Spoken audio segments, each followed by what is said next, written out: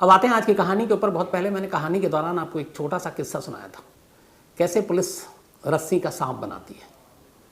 आज की जो कहानी है वो रस्सी को सांप बनाने की ही कहानी है।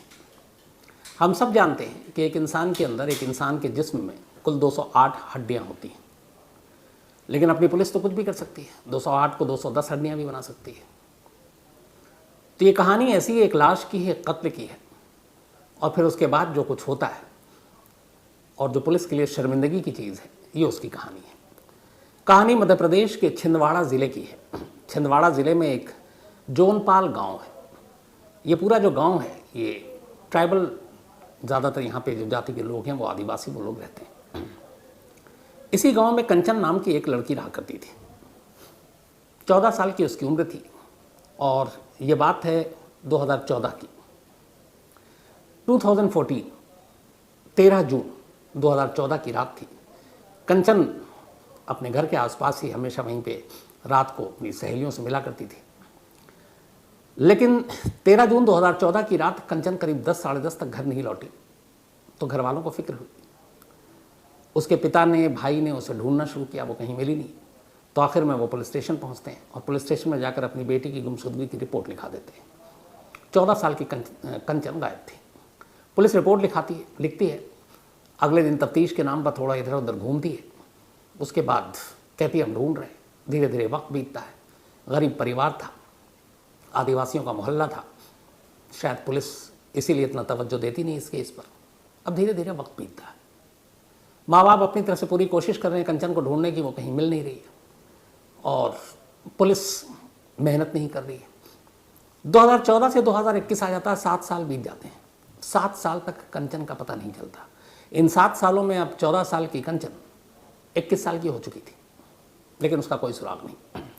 अब इसी दौरान होता यह है कि इधर मध्य प्रदेश में एमपी पुलिस एक कैंपेन शुरू करती है, एक अभियान।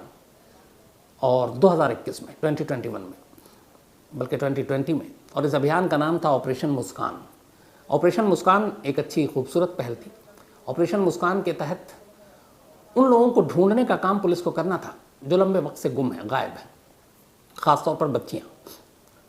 तो ऑपरेशन मुस्कान के तहत पुलिस ने खूब सारे ऐसे पुराने केसों को खंगालना शुरू किया और करीब 2000 से ज़्यादा ऐसे परिवार के चेहरे पर मुस्कान भी ले आई जिनके बच्चे या बच्चियाँ गायब थीं, और पुलिस ने उस केस को सुलझा लिया। करते करते करीब लगभग 2500 के आसपास, बहुत ही कम वक्त में, पुलिस ने ऑपरेशन मुस्कान के तहत गुमशुदा बच्चियों को ढूंढने का काम किया। अब इसी ऑपरेशन मुस्कान जो हर ज़िले में चल रहा था, तो छिंदवाड़ा के इलाके में भी इस कैंपेन के तहत पुलिस को जिम्मेदारी दी गई, आप भी अपने अपने इलाके के पुराने केसेस को देखो, गुमशुदा बच्चियों को देखो और उनको ढूंढो। छिंदवाड़ा डिस्ट्रिक्ट की पुलिस ने भी अब पुरानी फाइलों को पलटना शुरू किया। जैसे ही पलटना शुरू किया 2021 में, 2014 का वो केस उनकी नज़रों के सामने से घूमा, 2014 का कंचन की गुमशुदगी का। पुलिस को लगा कि चलो ऑपरेशन मुस्कान के तहत अब कंचन को ढूंढते हैं, 7 साल में जो नहीं हुआ आप करते हैं। अब इसके बाद पुलिस ने पुरानी फाइलों को खंगाला, पूछताछ शुरू हुई। कंचन के घर गई कई बार पुलिस, माँ बाप से पूछताछ हुई। कंचन का एक भाई था जो नौकरी के लिए होशंगाबाद चला गया था, पुलिस ने उसके बारे में पूछा। अब ये पूरी पूछताछ करने के बाद एक रोज़ पुलिस ने होशंगाबाद से कंचन के भाई को गिरफ्तार कर लिया। गिरफ्तार करने के बाद घर लाई और उसके बाद पूरे परिवार को लेकर कहा कि चलो एक जगह लेकर चलते हैं। और उसी गांव में, जोनपाल गांव में, थोड़ी सी दूरी पर बस्ती से एक आम का पेड़ था। उस पेड़ के नीचे अब खुदाई शुरू की। अब कंचन का भाई वहाँ मौजूद, कंचन का पिता वहाँ मौजूद, खुदाई शुरू हुई। गांव के लोग भी आ गए। पुलिस ने बाकायदा इजाज़त लेकर खुदाई शुरू की।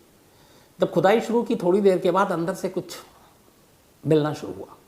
कंकाल, और कंकाल की शक्ल में हड्डियाँ बरामद होने के बाद पुलिस ने मौके पर ही कंचन के भाई और उसके पिता दोनों को गिरफ्तार कर लिया और उनके ऊपर इल्ज़ाम ये कि इन दोनों ने ही अपनी बेटी और अपनी बहन कंचन का कत्ल किया, वो भी 7 साल पहले। अब पुलिस ने पूरी कहानी सुनाई और पुलिस ने मुकदमा दर्ज किया। पुलिस की पूरी कहानी यही थी कि कंचन के भाई ने बताया कि 14 साल की कंचन का अपने गांव के किसी लड़के के साथ अफेयर था। घर वालों को ये बात पता चली, घर वालों ने उसे समझाया, पिता ने भी समझाया, कंचन मानी नहीं, वो लड़के से मिलती जुलती रही। एक रात वो अपने बॉयफ्रेंड से मिलकर आई वो 13 जून 2014 की ही रात थी। घर वालों ने मुझसे पूछा, भाई को गुस्सा आया, भाई ने एक डंडा उठाया, बहन को पीटने लगा। तभी एक वार उसके सर पर लग गया, तेज़ी से खून बहने लगा और कंचन की मौत हो गई। बाप और भाई दोनों डर गए। इसके बाद उन दोनों ने कंचन के कपड़े उतारे, एक चादर में कंचन की लाश को लपेटा और रात के अंधेरे में वो अपने बस्ती से थोड़ी दूर आम के पेड़ के नीचे गड्ढा खोदा और वहीं पर कंचन की लाश को दफना दिया। अब ये जो पूरी बिरादरी थी, ये चूँकि आपको बताया आदिवासी लोग थे, तो इनके यहाँ प्रथा थी कि लाशों को ये दफना दिया करते थे ज़्यादातर मामलों में, और दफनाने का काम बस्ती के बाहर करते थे। तो पुलिस ने कहा कि अब कंचन के भाई की निशानदेही और इकरार जुर्म, उसके बिना पर ये कंकाल मिला और इसलिए अब उसके फादर और उसके भाई को कंचन के कत्ल के इल्ज़ाम में पुलिस गिरफ्तार करती है। पुलिस ने मौके से कुल जो पंचनामा किया उसमें दिखाया कि जिस जगह आम के पेड़ के नीचे वो हड्डियाँ गड्ढे खोद कर निकाले गए, तो एक इंसानी लाश के कुल 208 हड्डियों की बजाय 210 हड्डियाँ मिली। अब ये बाकायदा लिखित में है, पंचनामा में है, ये नहीं है कि किसी ने गलती से मुंह से निकल गया हो, रिटर्न में कानूनी दस्तावेज है कि उस पेड़ के नीचे से कंचन की लाश की कुल 210 हड्डियाँ मिली। अब उस वक्त तो किसी ने ध्यान नहीं दिया, बाद में आया कि एक इंसान में तो 208 ही हड्डियाँ होती हैं, तो ये एमपी पुलिस को 210 हड्डियाँ कहाँ से मिल गई। फिर लगा कि चलो कोई बात नहीं। अब पुलिस ने मामला दर्ज किया, कोर्ट में पेश किया कंचन के भाई और पिता को। अदालत ने दोनों को जेल भेज दिया। जेल भेजने के बाद अब पुलिस चार्जशीट करने की तैयारी कर रही थी। कुछ दिन बीते जेल जाने के बाद। कुछ वक्त के बाद चूँकि कंचन के पिता बूढ़े थे, पुराना कोई रिकॉर्ड नहीं क्रिमिनल, और भाई ने ये कहा था कि चूँकि डंडा मैंने मारा सर पे तो मेरी वजह से मौत हुई है, तो अदालत ने कंचन के पिता को ज़मानत दे दी। ज़मानत पर बाहर आ गए। अब माँ और बाप अपने बेटे के लिए कानूनी लड़ाई लड़ रहे हैं, तो गरीब, ऊपर से कानूनी खर्चा, वकील, अदालत, चक्कर काटना। तो पूरे परिवार के ऊपर एक तरह से एक मुसीबत आ गई। अब अपने बेटे को बचाने के लिए वो कानूनी लड़ाई लड़ रहे हैं। ऊपर से उन्हें अब तक ये उम्मीद थी कि उनकी बेटी शायद कहीं होगी, लेकिन अब गड्ढा खुदा और 210 हड्डियाँ मिली तो उम्मीद भी दम तोड़ गई। अब उस घर पर दो तरह से आफत टूटी। एक, बेटी की मौत की खबर, दूसरा, उसी बेटी की मौत के लिए बेटे को जेल के अंदर। तो परिवार को कुछ समझ में नहीं आ रहा है। पुलिस अब चार्जशीट की तैयारी कर रही है और उधर ऑपरेशन मुस्कान की कामयाबी के ढिंडोरे भी पीटे जा रहे हैं। ये सब कुछ चल रहा था। 7 साल के बाद गायब कंचन की हड्डियां मिलने के बाद उसके मौत का ऐलान पुलिस कर चुकी है। तभी लास्ट वीक, अभी 29 मार्च, इसी जोनपाल गांव में कंचन के घर पर एक महिला पहुंचती है। उसके साथ 2 बच्चे थे। वो महिला कंचन की मां को देखकर अचानक रोने लगती है, गले लगती है। मां भी हैरान। थोड़ी देर के बाद पता चलता है कि ये महिला कोई और नहीं, कंचन है। वही कंचन जो पिछले 9 साल से गायब है, वही कंचन जिसकी 7 साल पहले 210 हड्डियां पुलिस ढूंढ चुकी है, वही कंचन जिसके कत्ल के इल्ज़ाम में उसका भाई अब भी जेल में, और वही कंचन जिसके कत्ल के इल्ज़ाम में उसका बाप जमानत पर बाहर है। अब 9 साल पहले जो कंचन गायब हुई और 7 साल बाद जिसके कत्ल का एमपी पुलिस ने ऐलान कर दिया, वो जिंदा अपने घर में 2 बच्चों के साथ खड़ी हुई थी। धीरे धीरे बात गांव तक पहुंची। गांव वालों ने कहा कि ये क्या चमत्कार है। अब इसके बाद कंचन ने अपने माँ बाप से पूछा, रोई धोई, और उसके बाद अपने माँ बाप के साथ सीधे पुलिस स्टेशन पहुंची। उसी पुलिस स्टेशन जिस पुलिस स्टेशन में उसके कत्ल की FIR दर्ज थी। वहाँ जाकर वो कहती है कि मेरे कत्ल का मुकदमा इस थाने में दर्ज है और मैं ज़िंदा आपके सामने हूँ, और मेरे इस कत्ल के इल्ज़ाम में मेरा भाई जेल में है, मेरा बाप जमानत पर है, मेरे भाई को बरी किया जाए। अब पुलिस के सामने अजीब उलझन। हैरान परेशान पुलिस, ये हो क्या रहा है। फ़ौरन आला अफसरों को खबर दी गई। उनके भी हाथ पैर फूल गए कि ये मामला क्या है। ऑपरेशन मुस्कान के नाम पर ये चेहरे की तो उनकी हवाइयाँ उड़ रही हैं। अब करे तो क्या करे। फ़ौरन मामला मीडिया में आया।